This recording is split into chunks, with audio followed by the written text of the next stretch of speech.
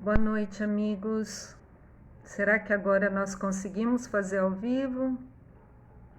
Se alguém estiver ouvindo e puder me dar um joinha aí, se está podendo acessar ao vivo ou não.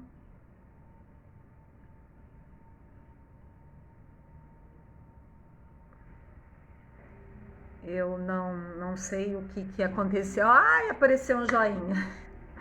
Então alguém está vendo.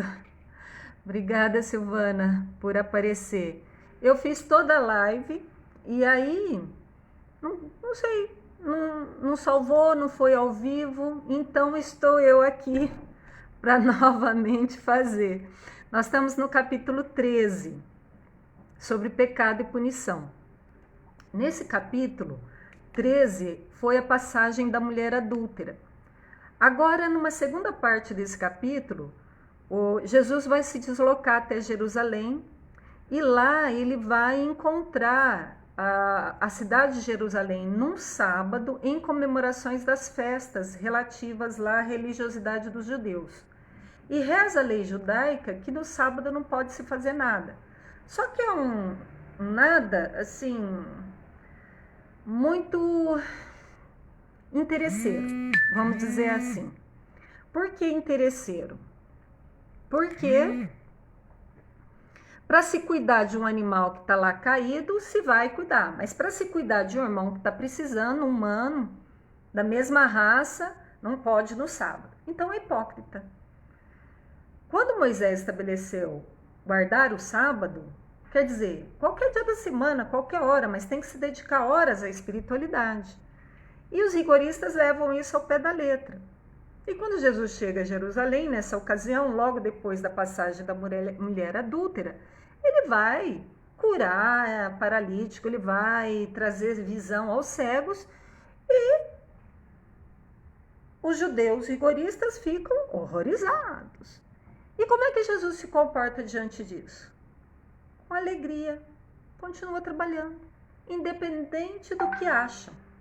Portanto, a nós, então, compreendemos que, diferente do que nós normalmente fazemos, que é brigar com os outros, não. Jesus, diante da situação adversa, continua operando, trabalhando no bem, com sorriso e sem preocupações com exigentes.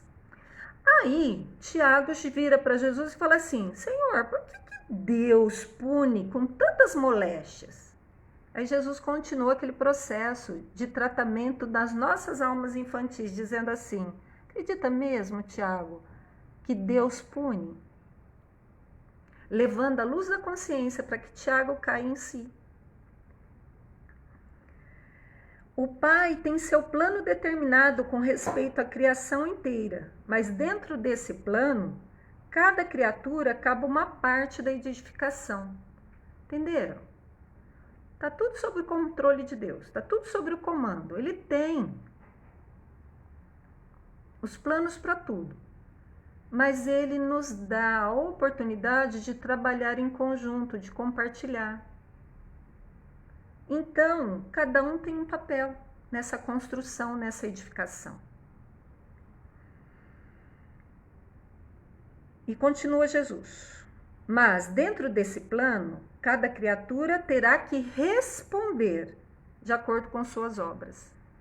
Então aí já dá para entender por que ele liberou a mulher adúltera do processo de lapidação e por que ele está dirigindo a Tiago referente a alguns movimentos daquele momento lá da mulher adúltera, dizendo assim, ó, não precisa punir um outro ser, porque ele vai receber de acordo com o que ele operou. Não cabe a um filho de Deus a julgar outro filho de Deus, porque tudo está no comando de Deus. Deu uma ideia do que Jesus está levando Tiago a refletir? E continua Jesus. Abandonando o trabalho divino para viver os sabores dos caprichos próprios, a alma cria para si a situação correspondente. Então, presta atenção. Por que ele não mandou lapidar a mulher adúltera? Porque ela vai continuar vivendo. em continuar vivendo, ela vai receber na justa medida dos seus méritos e das suas ações o que ela operou, o que ela semeou. Então não precisamos nos arvorar como juízes condenadores de nossos irmãos, porque tem leis que regulam isso. Deu uma ideia? E mais, traz uma pérola para a gente refletir.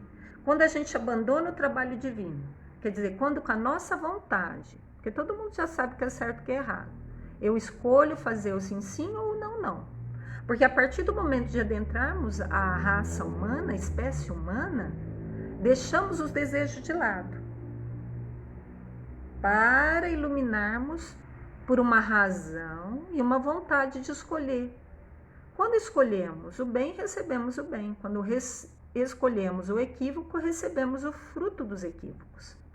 Então, por isso que Jesus fala assim, quando a gente abandona o trabalho divino para viver aos sabores dos caprichos humanos, quer dizer, ao sabor do desejo, ou seja, ao sabor do hábito primitivo, porque nos animais não se tinha pensamento contínuo e nem sentimentos, se tinha desejo.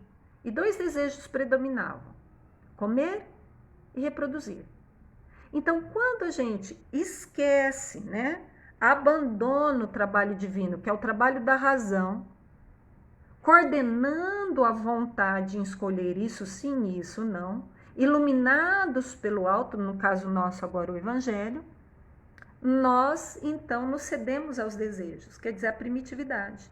Então, desejo é o embrião do sentimento, que norteou o processo de evolução nos animais. Agora, na espécie humana, nós temos sentimento contínuo, iluminado por uma razão devido ao pensamento contínuo. Portanto, devemos escolher segundo a nossa consciência já desperta. Quando fazemos dessa forma, mesmo que estejamos equivocados, mas está tudo certo, porque se redunda em aprendizado.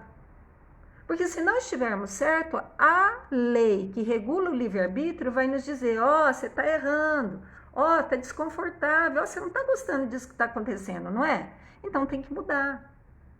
Deu uma ideia de como funciona esse mecanismo em que não cabe a nós julgarmos o nosso irmão, tudo está no controle de Deus, cabe a nós buscarmos ampliar nossa consciência para que possamos trabalhar no divino, na vertical, e a gente vai deixando os aspectos horizontais do desejo, que é comer e reproduzir, para iluminar-se com algo mais amplo, que é uma herança divina, porque somos filhos. Trabalhando assim, como consequência do que nós escolhemos, nós vamos trabalhando o plano divino. E depois de haver deixado de se levar pelas sugestões funestas, contrárias à sua própria paz, a gente vai aprendendo. Então, como consequência da gente ter escolhido, em vez de se guiar pelo sentimento, iluminado pela razão, a gente se guiar pelo desejo, vai dar mal. E aí você fica de novo com a escolha na mão. Você quer continuar nesse caminho? Pode continuar. Mas as consequências cada vez vão se tornando piores, igual ao filho pródigo lá, que teve vontade de comer a comida dos porcos. Quer dizer, chegou no fundo do poço. Pai Celestial deixa. Mas cabe a você escolher. Você quer parar de sofrer e quer ter paz? Escolha diferente do que está acostumado. Foi isso que Jesus representou quando liberou a mulher adúltera. Naquela famosa frase, mulher, onde estão os teus acusadores? Porque ele tinha dirigido aos acusadores que quem quisesse jogasse a primeira pedra, porque quem estivesse sem pecado, jogasse. Mas aí ninguém quis, por quê? Porque nessa terra não tem ninguém que não erra. Deu uma ideia? João compreendeu que a palavra do Messias era a confirmação dos ensinamentos que já ouvira de seus lábios, na tarde em que a multidão exigia o apedrejamento da pecadora. Olha só, João conseguiu fazer um paralelo da pergunta de Tiago, por que é que Deus pune? Que Jesus responde, Deus não pune. Tem um plano divino, que é perfeito. A gente resolve destoar, dá uma voltinha, mas está tudo certo, porque tem leis que regulam isso. Então Deus não pune. Por isso que não puniu a pecadora. Uai, então qual que é o ingrediente que vai fazer a gente virar a chave e voltar para a casa do Pai? Escolha. Como é que a gente escolhe? Vivendo. Tá vivendo? Tá pesado? Não tá bom? Tá desconfortável? Sinal que tá escolhendo errado. Escolhe diferente. Olha onde é que tá dando errado e faça a escolha diferente. Porque onde está dando errado, isso é que é pecar. Lembra? Origem da palavra pecado é atirar o dado da vida numa direção que não é no alvo, que pegou fora do alvo. Então muda a direção do dado, muda a intensidade do dado que se joga, e aí vai se ter o oposto da amartia, né? Que é pecar. Aí vai se acertar. E aí se tem paz, se tem equilíbrio. Até que venha outra experiência da vida, que te exija tomar decisões lúcidas. E aí, em vez de agir com desejo, haja com razão, coordenando a vontade, alinhando com o que é real, com o que é verdadeiro, aquilo que vale para hoje e para a eternidade. Então, João conseguiu fazer esse paralelo entre os sofrimentos da agora como consequência de nossos próprios atos. E como se livrar dessa punição, que não é punição, na verdade é acolhimento das marcas mentais de que a gente já traz, porque fica guardada na nossa consciência, não precisa de ninguém julgando. Yara foi uma prostituta no passado, então agora ela tem que ser apedrejada. Não. A consciência da Yara traz, Yara, você tem que fazer diferente no campo do sentimento. Traz uma marca mental. Yara, você está sendo muito caluniada. Yara, olha para isso. O que você tem que fazer? Fazer diferente do que está fazendo, ou do que fez no passado, para se ter um resultado diferente. Deu uma ideia?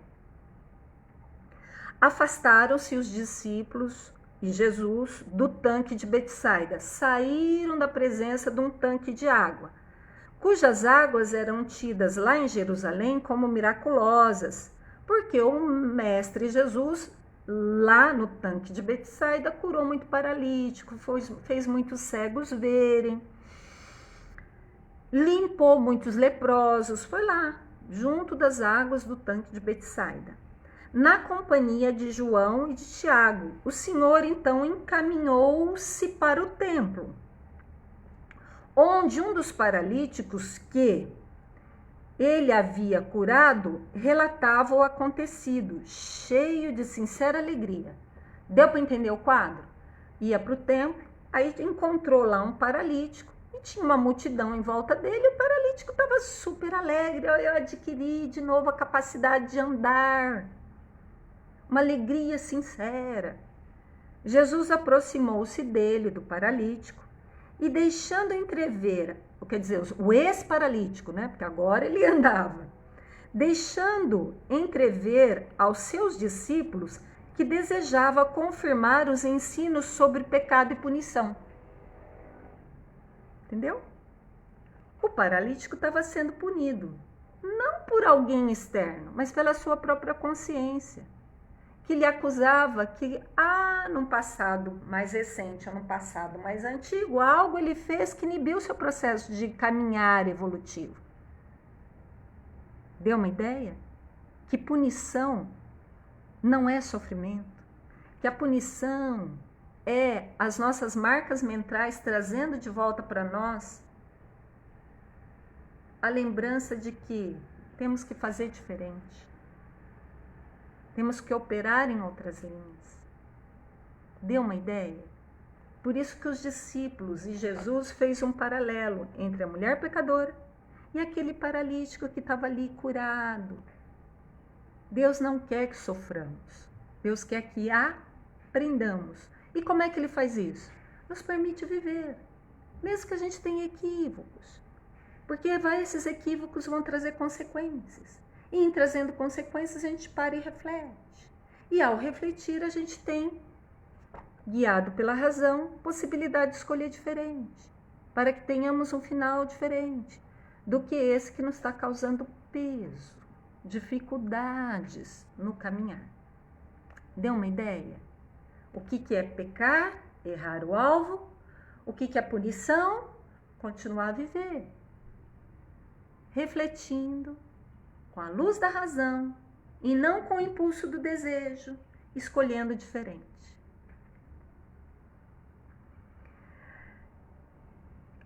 Falou ao ex-paralítico abertamente, como se lê no texto evangélico de João. Então estava lá o ex-paralítico curado com alegria, olha, fui curado pelo Mestre Jesus. Jesus aproxima-se dele e conforme está relatado lá no Evangelho de João, diz ao ex-paralítico: eis que estação, não peques mais. O que quer dizer isso? Não faça da mesma forma. Não jogue o seu dado da vida na mesma direção. Muda a direção, porque a direção que foi atirada da vida deu errado. Mas se você mudar a direção, pode ser que dá certo. Experimente, tente, diferente. Porque é insano continuar fazendo do mesmo jeito esperando resposta diferente.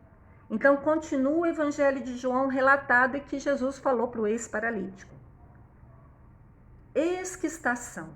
Então, igual a mulher pecadora, eis que não tem mais acusadores. Vá e faz diferente. Não repita os mesmos padrões, para que não te suceda coisa pior. O que é isso? É ameaça? Não. É trazendo uma lei que Paulo relatou assim: para quem não conhece a lei ele faz. Mas para quem conhece a lei ele está sujeita. Então, traduzindo no bom popular, errar é humano. Quem não conhece a lei ele faz. Mas, conhecendo a lei, viu que já deu errado daquela forma, persistir daquela forma é ditado popular, vocês completam. Mas Paulo fala, para quem conhece a lei ele está sujeito. Então a lei é mais dura para quem já conhece, porque ele está fazendo, persistindo, que é um equívoco consciente. É diferente do equívoco que foi feito no processo de aprendizagem e estava na inconsciência. Mas a partir do momento que viu que deu errado, persistir fazendo do mesmo jeito. O ditado popular diz que é burrice. Paulo fala que você fica mais sujeito à lei. Quer dizer, amplifica a lei de retorno. Sofrerás mais. E o que nós estamos querendo? Sofrer? Ter razão? Persistir nos nossos pontos de vista fixos? Olhar que não está dando certo alguma coisa e fazer diferente. O Pai Celestial quer que a gente faça diferente. Abraços fraternos, amigos, e espero que semana que vem eu não tenha uns probleminhas aqui, para que seja feita no horário apropriado, conforme combinamos. Abraços fraternos e até quarta-feira.